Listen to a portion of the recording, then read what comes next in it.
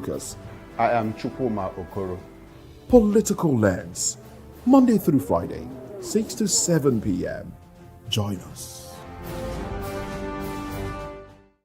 We encourage you to click on the like button and subscribe to our YouTube channel. We are Voice of the People TV. Also follow us on all our social media platforms. We are at VOPTV Live. Visit our website www.vop.ng for fresh and trending news. Also watch us live on SLTV channel 264. VOPTV, Voice of the People Television. VOP TV. Now you have more than a voice.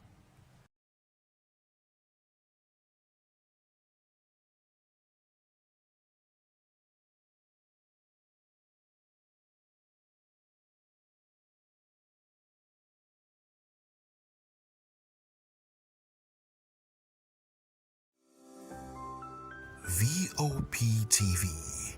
Now you have more than a voice.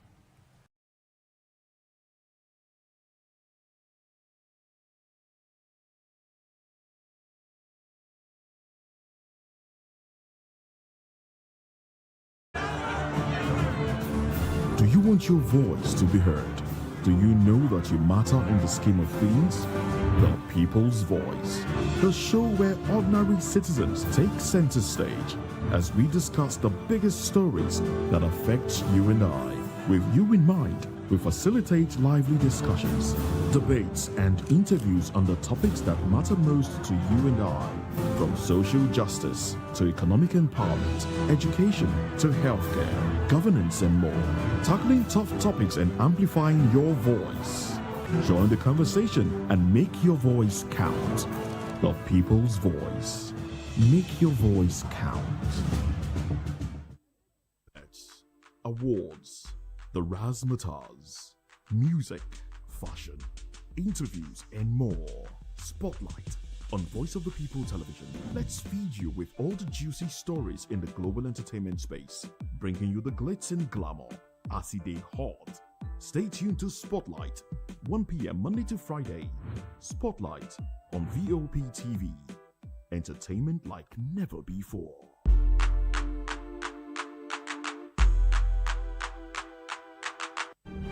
In a world where power shifts with every headlines, news breaks and events happens, we bring you unbiased and explicit information on politics, economy, and state of the nation. We break down the chaos. Facts, not fluff. Truth, not spin. We discuss not just politics, but a glimpse into the future. Voice of the People Television. Now you have more than a voice.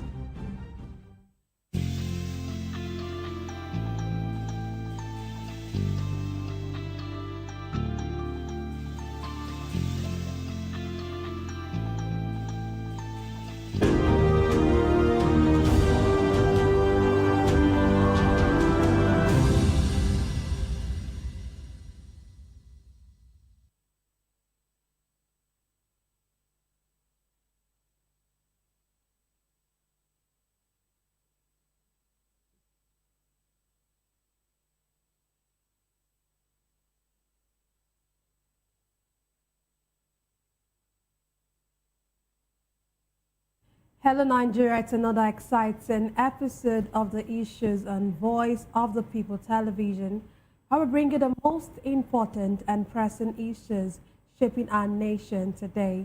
I am your host, Nenna Ndomdioto.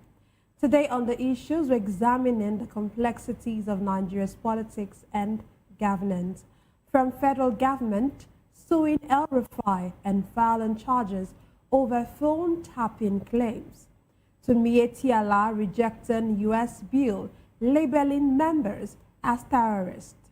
Also, ADC reacts to Wike's threat over FCT council polls. Finally, Ajero decries failure of privatization of electricity.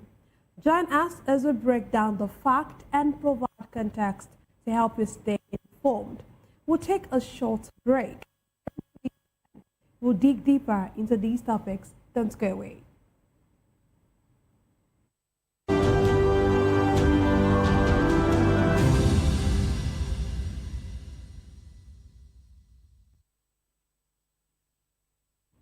Glad to have you back. Let's dive straight into what we have for you today. The federal government has filed a 3-count charge against former Kaduna State Governor Nasir El-Rufai over allegations that he intercepted communications belonging to Nigeria's National Security Advisor, Nuhu Ribadu. This followed El-Rufai's claim during an interview that he and other named individuals listened to conversations from Ribadu's phone after it was tapped by a third party. He was accused of committing an offense under Section 12, subsection 1 of the Cybercrimes Prohibition Prevention Amendment Act 2024. In count 2 of the charge, the former governor was said to be aware that someone unlawfully intercepted the NSA's communications but failed to report the crime to the relevant security agencies.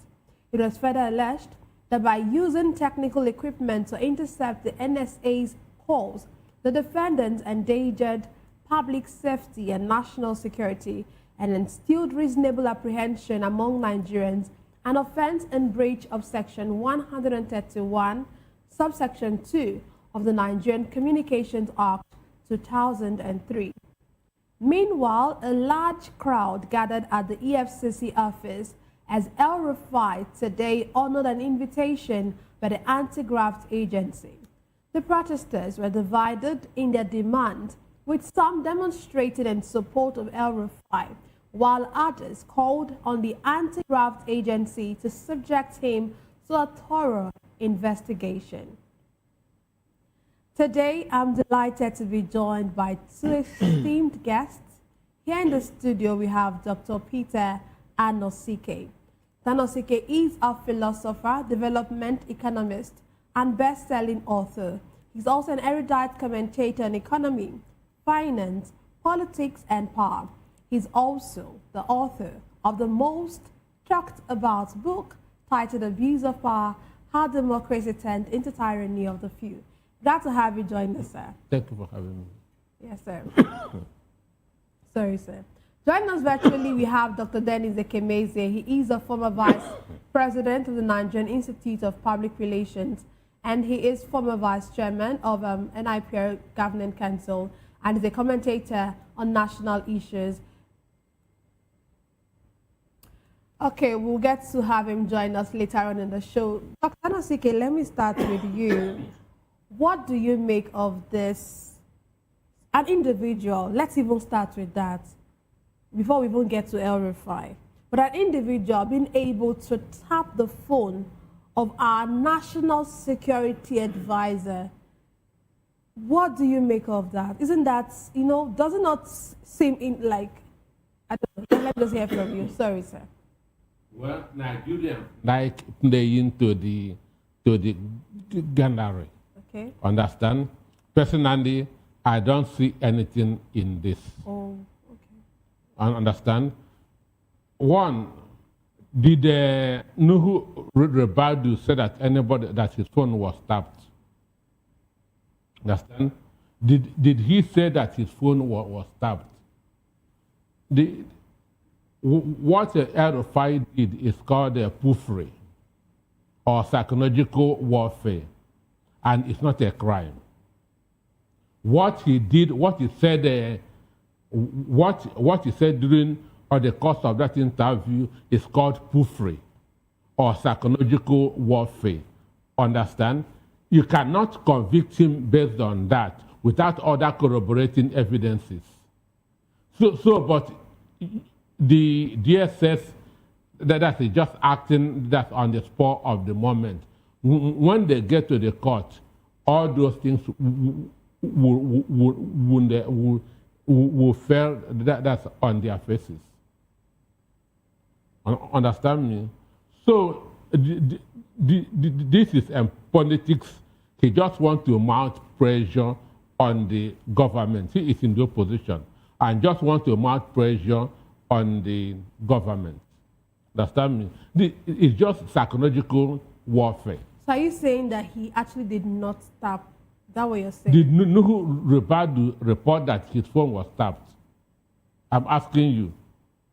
Did you read anywhere that No, Ribadu might not want to Say come out to say anything. What don't you think? So, if you didn't say that your thing is missing, why should somebody arrest me for stealing your thing? Understand? So what El-Rufai did I told you, it's called puffery. Understand? It's called a puffery. This is psychological warfare. He wants to mount pressure on the government. What if evidence comes out that he actually tapped? That he actually tapped. I say he and some he cannot be accomplices. convicted. He cannot be convicted based on that thing he said during the interview. For him to be convicted, there must be other corroborating That's what evidence. I'm saying. Now, what if an evidence, or what if the federal government eventually gets evidence that El-Rufai or corroborate or some persons They are not going to get it. I understand the game that El-Rufai played there. So what is the end point of that game that Putting pressure on government. Why does he want to put pressure on the Because government? he is in the opposition. So putting pressure on the government as an opposition, And that's what he's supposed to do. What gains would he have for him? To distract them. To put confusion in them. Now they'll begin to suspect that among themselves who is leaking this information, who must have done this or that. As I say, it's psychological warfare. You cannot convict him based on that. So most Nigerians don't read, they don't research. Understand me? So I was listening that to people jumping up, El-Rufai is gone.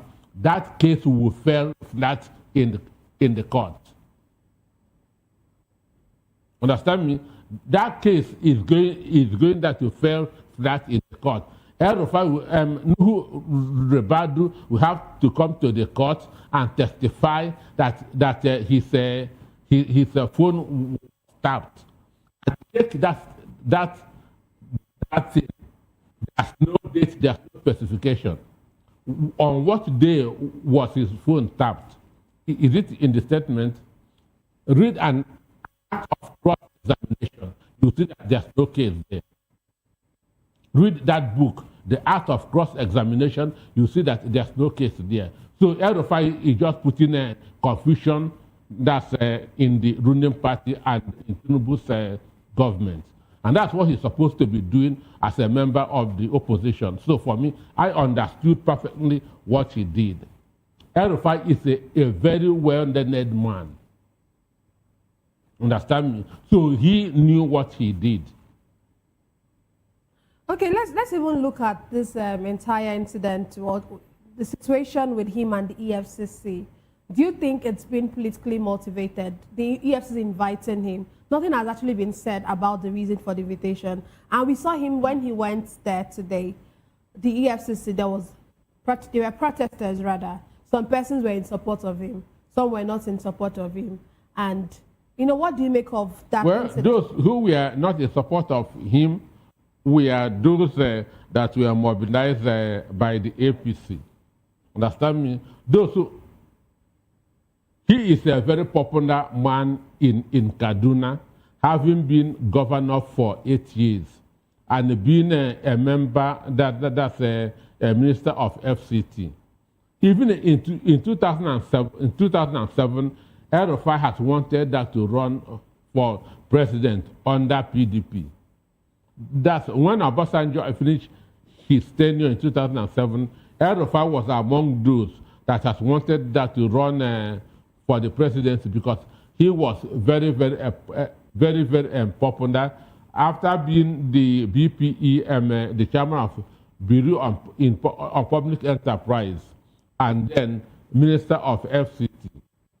So he is a very popular man, and as a very popular man, he has a lot of supporters. So when he is going to EFCC, a lot of his sympathizers are likely going to follow him to EFCC. So if there are those who are against him that were also in the court, it means that they were sponsored by either Obasani or, understand me, or any other person. So, the issue is this. Mind you, when El-Rufai was disqualified from being a minister, a report was read that he's a security risk. If he's a security risk, now for more than 2 years, they have not taken him to court based on that. Why? Which means that report wasn't real. Which means that report was not real, because when you reject somebody that this guy is not fit to be this, it's not fit to be a minister of the Federal Republic because of so and so reasons, the next thing you take him to court. Understand me? So why have they not taken him to court up till now? And it was last week that he said that today is his birthday and that he's going to spend it with EFCC. Understand me? So he went there voluntarily. He was not compelled. So for me, he just entertained the Nigerians. Who will entertain Nigerians? During the interview. El-Rufai entertained Nigerians with what he said in the course of the interview. But I was good. Okay, so you said that whatever during the screening in the Senate or in the National Assembly that he was taken off and was disqualified as a security for threat. Security reasons. And you said that that's not true. That might not be true since nobody has come out to say. If you disqualify somebody for security reasons, what do? You take that person to court over that matter. Why has he not been taken to court since that over 2 years now? Understand me? So he knew what he knew what he did during the course of the interview. You feel like he intentionally did something so that he would not be eventually he won't eventually become a minister. Is that what you're saying? No, he was to be screened as a minister. Yes, as a minister. But on the day of his screening, a report was read in the Hando chamber. Understand? That El-Rufai is a security threat.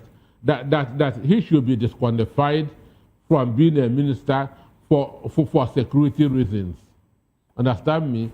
Fine and good. He was disqualified. Then why have they not taken him to court since that 2 years? Understand me? If somebody is a threat to the state, to the nation, what do? You take him to court. Why have they not taken El-Rufai to court for the past 2 years?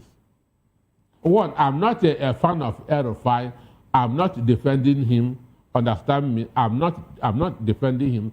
But I want to say what he said during the course of that interview is not enough to convict him. There must be other corroborating evidence. Understand me? There must be other evidence to corroborate that they tapped the phone of the National Security Advisor. Okay. After all, Ribadu has not told Nigerians that actually his phone was tapped. Okay, but let's look at this scenario. He was intercepted sort of at the airport and he was almost going to be arrested by DSS operators. This is actually before the interview. He was coming from Cairo, Egypt. That's before the interview. And now, the reason the DSS has filed charges against him is as a result of the interview, and not the reason they wanted to even arrest him at the airport. So but excuse me, that what you said is not even an EFCC matter. Let us understand. He already knew that he is coming to EFCC. Not the EFCC. I'm not talking about. I said the DSS were the ones that wanted to arrest him. That's at the airport. Yes. Understand? But this issue, what you said on that day about listening to the phone of the National Security Advisor is not an EFCC matter. EFCC is for financial crimes. Maybe yes. They have twisted it to cyber, to cyber and crime. Understand me? But for me, this borders on national security.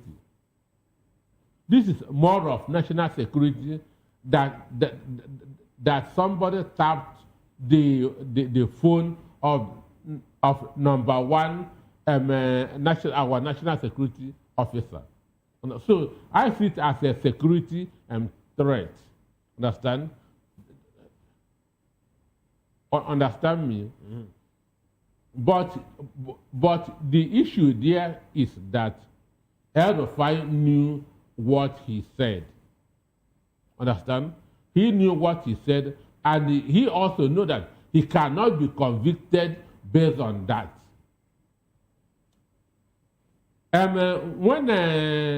Who is this? The chief of army staff under Obasanjo from excuse me, from Zakembiam. Understand? One day he came out and said that the idea in his head told him that he should have overthrown this government. Understand me? That the idea in his head told him that he should have overthrown this government. Understand me? If you go there to court based on that, you are wasting your time, because it is not him that put that idea in his head. So you have to convince court that it is him that put that idea in his head, because he did not say, I would have overthrown this government. He said the idea in his head. While it is not him that put that idea in his head. Understand? So what El-Rufai said there is called puffery. It is psychological warfare. You cannot convict him based on that, unless you have other corroborating evidence. Okay, Nuhu Ribadu and El-Rufai used to be very good friends, and now it now looks like they are arch enemies or political enemies. You know, because of 2031. Yeah.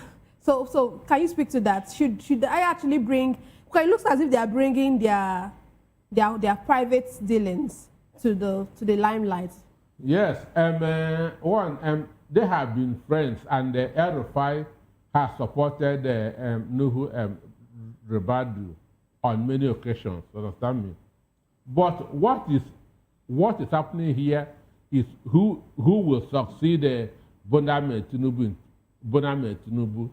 Understand? El-Rufai is interested. Understand? And that was even the reason why he put his neck for Boname Tinubu. That if he supports power to go to the south, after 8 years, it will go to the north. Then he will run. Understand me? Now, Nuhu Ribadu is also interested in 2031. And he is already working with one governor in the southeast as a deputy. Understand me? For 2031. I don't want to mention the governor's name. Shetima is interested. He is working with a lawmaker in the south as a deputy. El-Rufai is interested. Understand me? So what happened?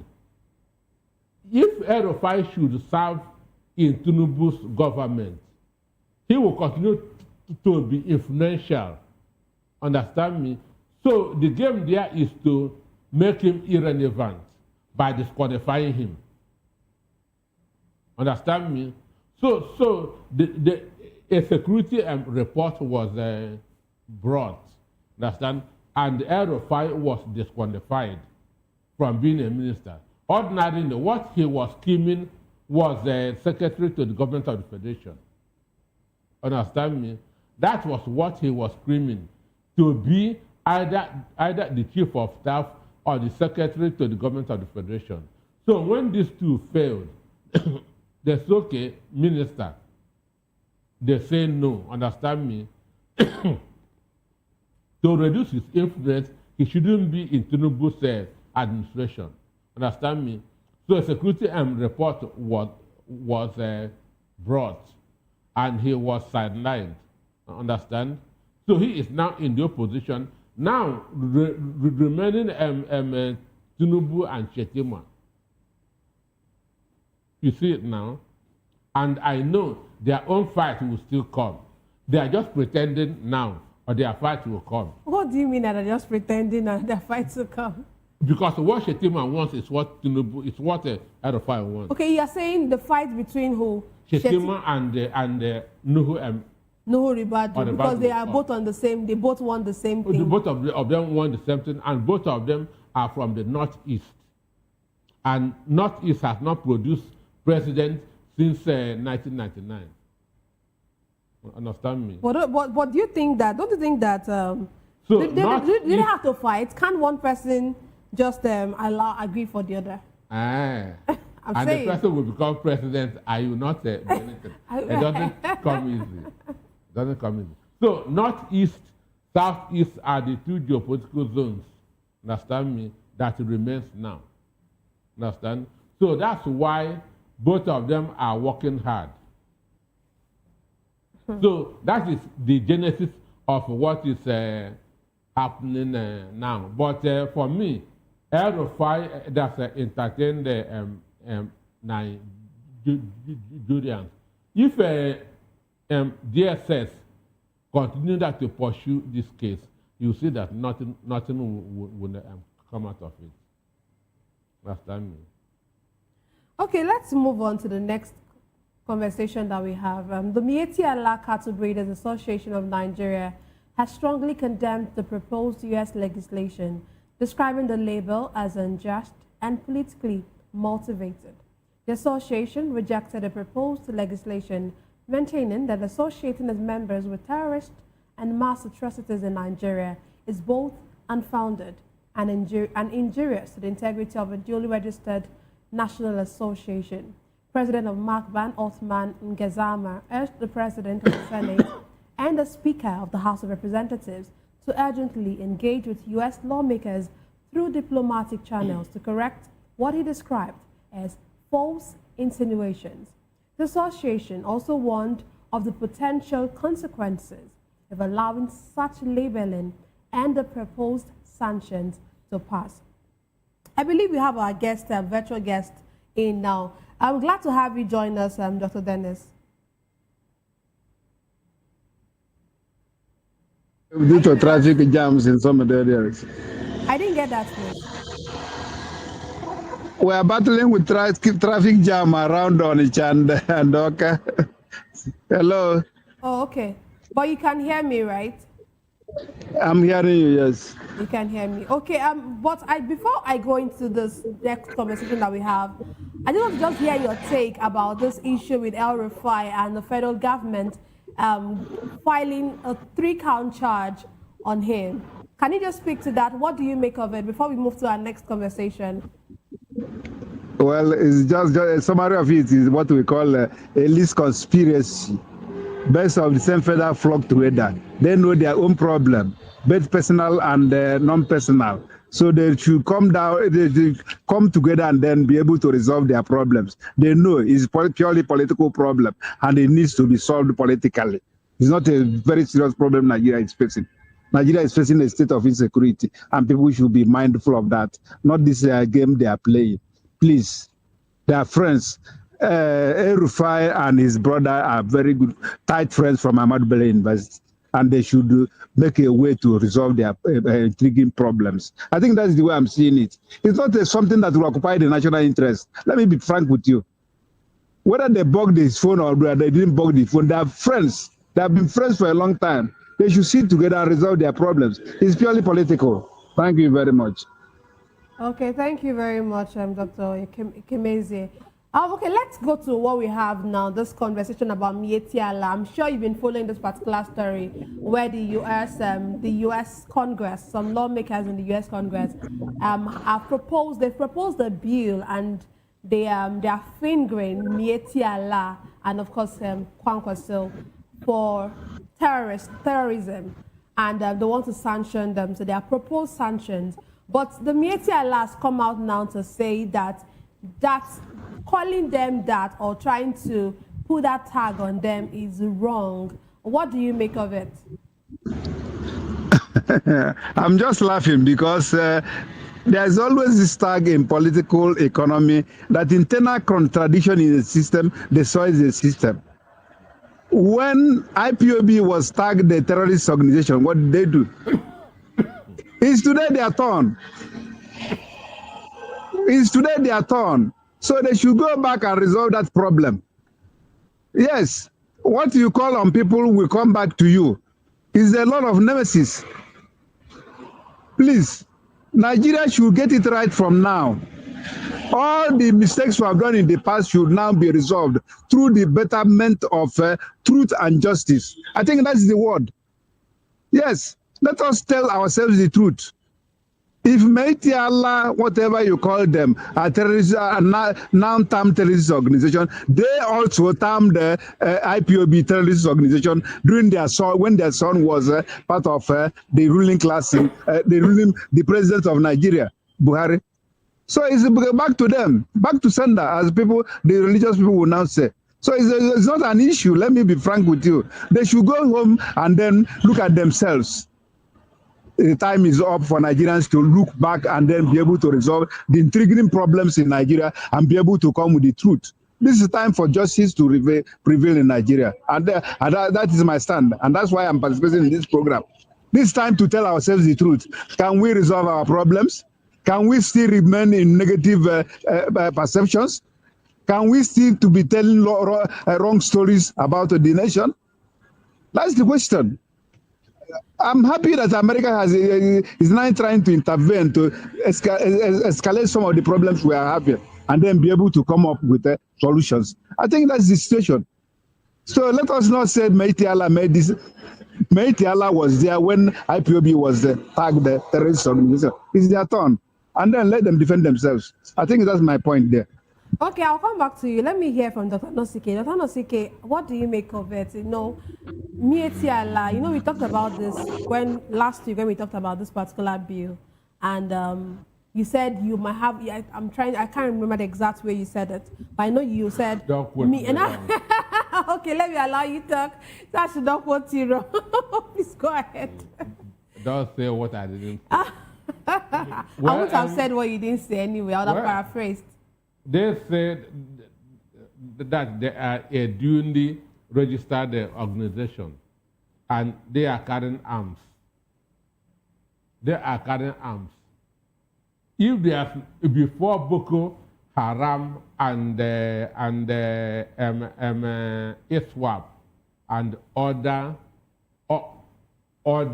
terrorist organizations in the country, number one terrorist organization in Nigeria is this Mighty Allah.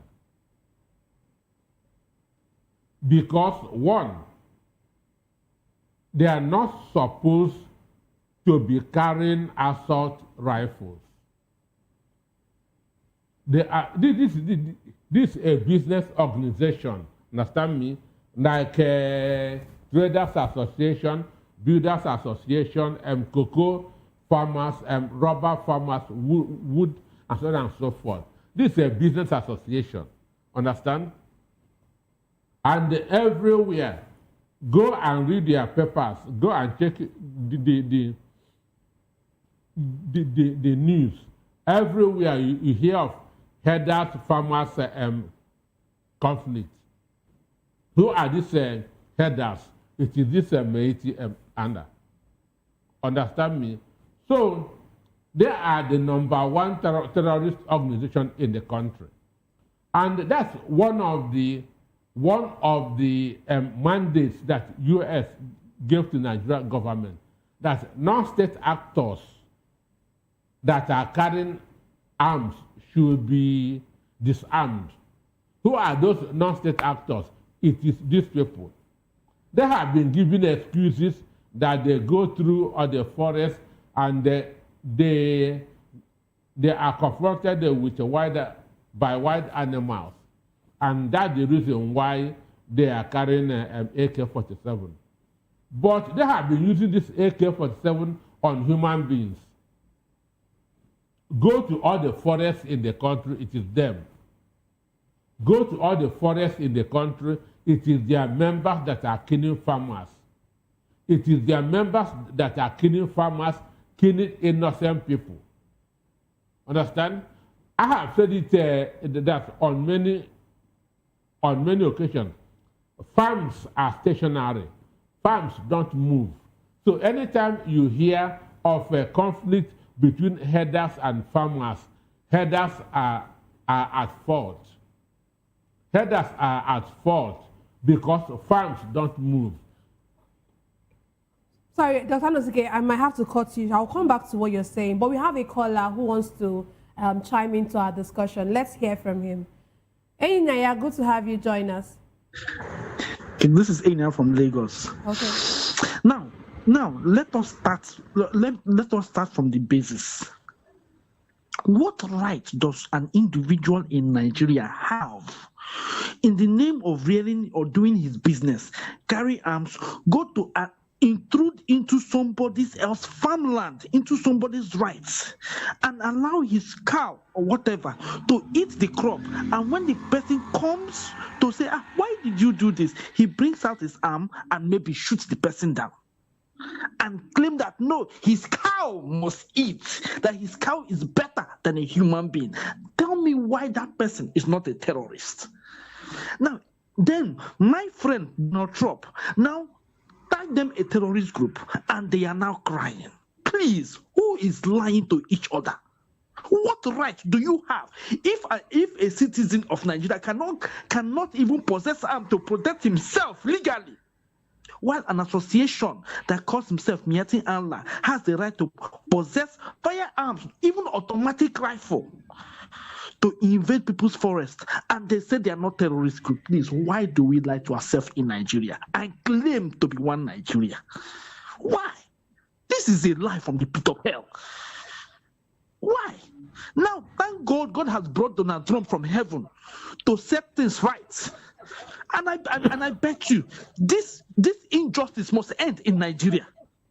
It must end, because nobody has the right to carry an automatic rifle against another person. It's even against the law of Nigeria. All because their grandmaster Buhari invited them, and they are now invading Nigeria. Please, the injustice being donated out to Nigerians by this meeting, Allah, God bless Donald Trump for standing up for Nigerians. Thank you very much. Thank you. Thank you very much, Eninaya, for sharing your view. Dr. Anosike, sorry I had to cut you short.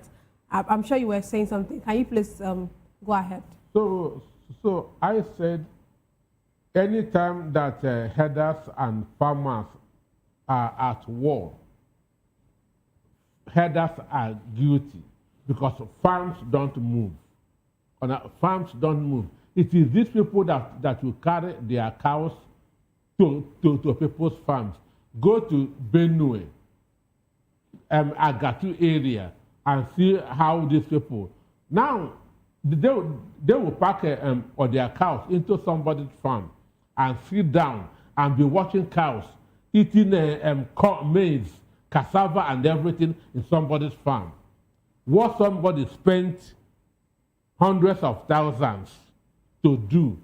So these are heartless human beings. So as I said, they are the #1 terrorist organization in the country before even a Boko Haram and ISWAP, and must be designated as such. Even if America did not designate them, at the end of the day, in my mind, they are terrorist organizations. Okay, let's come back to you, Dr. Kemezie. You know, one of the things that these people, the association is saying, they are saying, aside from saying that they are not terrorist groups, they are asking the Senate, President of the Senate and Speaker of the House of Representatives to urgently, in their words, engage with the U.S. lawmakers through diplomatic channels to correct what they describe as false insinuations. What do you make of this? They are calling on our Senate to ensure that this is put right, or to show that this tag on them is it's been put away, and then of course that the U.S. Doesn't designate them as terrorists. What do you make of that?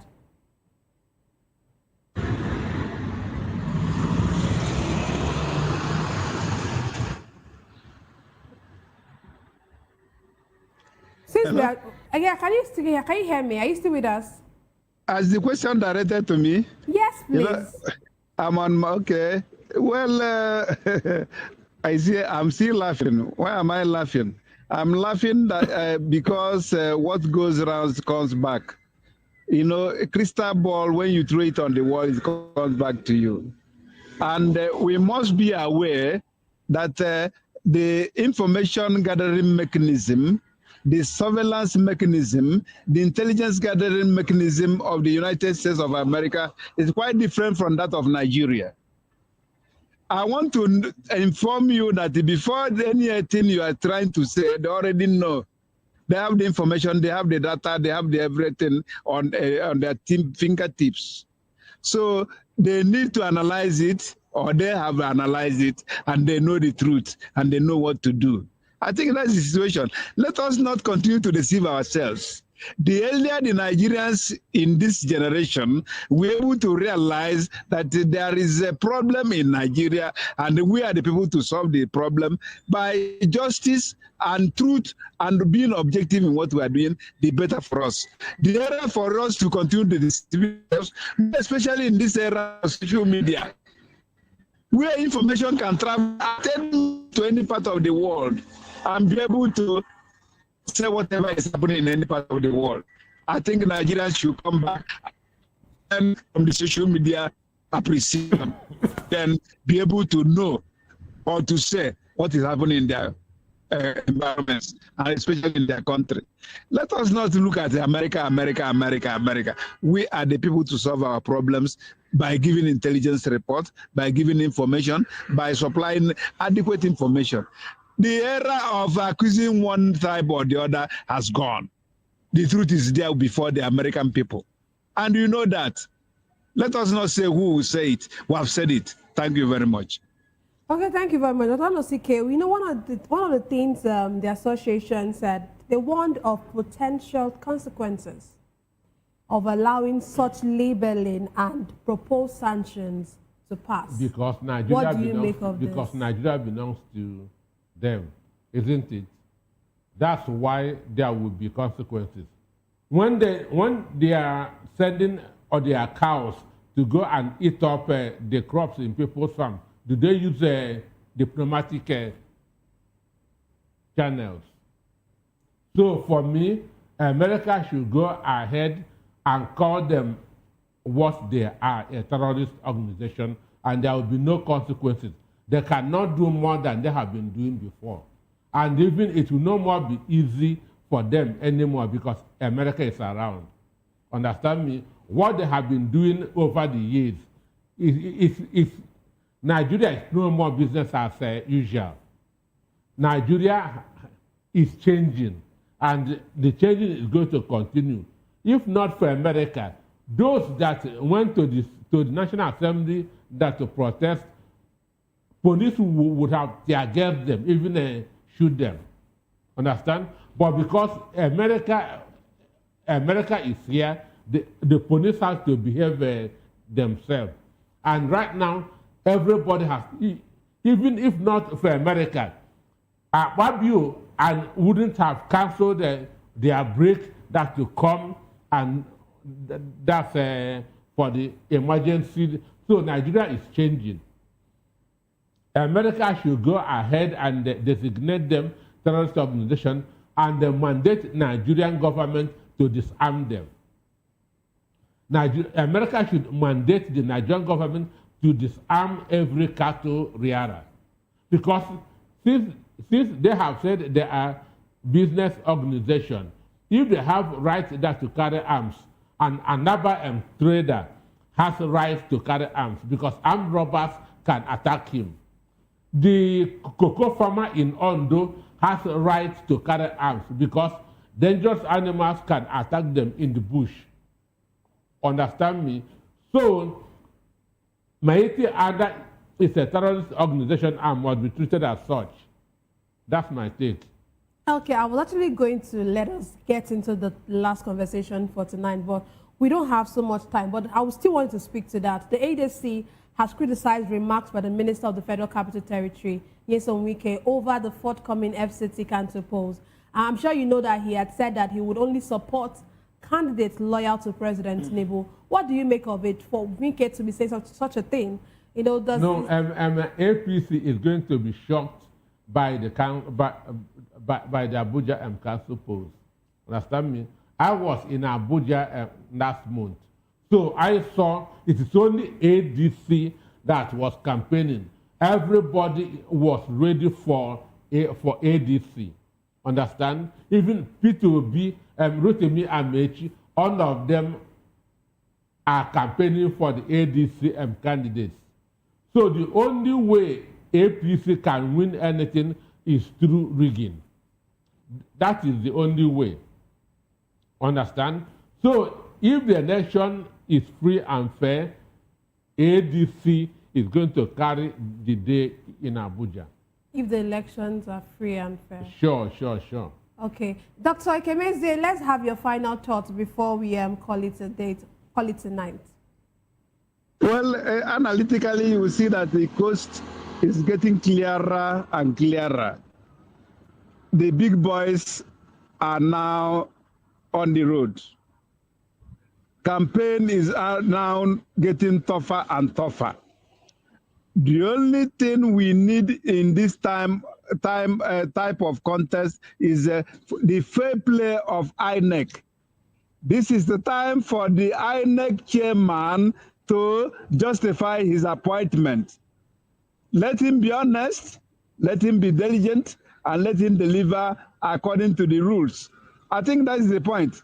And if he does so, then the ends will, but the means will justify the end. Because in Nigeria, what's justified earlier was the ends justify the means, no matter the way you do it. This time, this is the time for the INEC chairman for him to prove himself as being an upright person. I think that situation, in terms of campaign and every other thing, every political party has the right to campaign and then convince the people. This is the time for us to now regenerate. Okay. Because it's going to start from Abuja election. The truth will come out from Abuja election. I think that's my point. Okay. Thank you very much.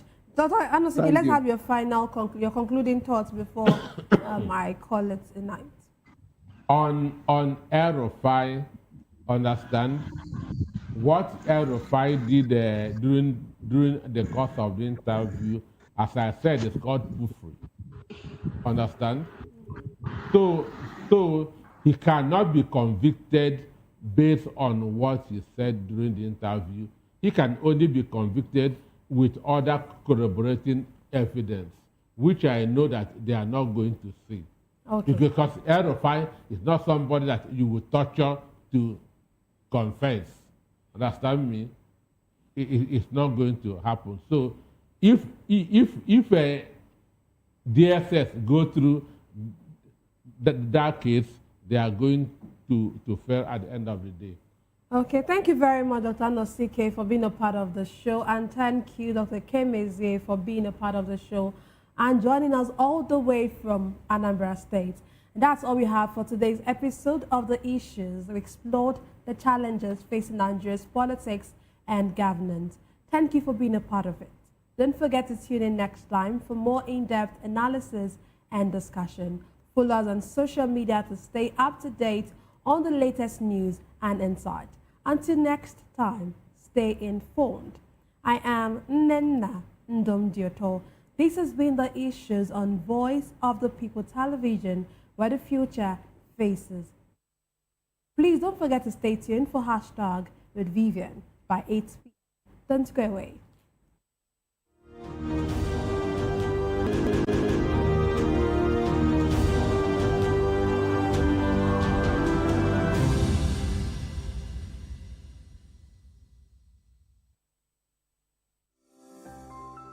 VOP TV.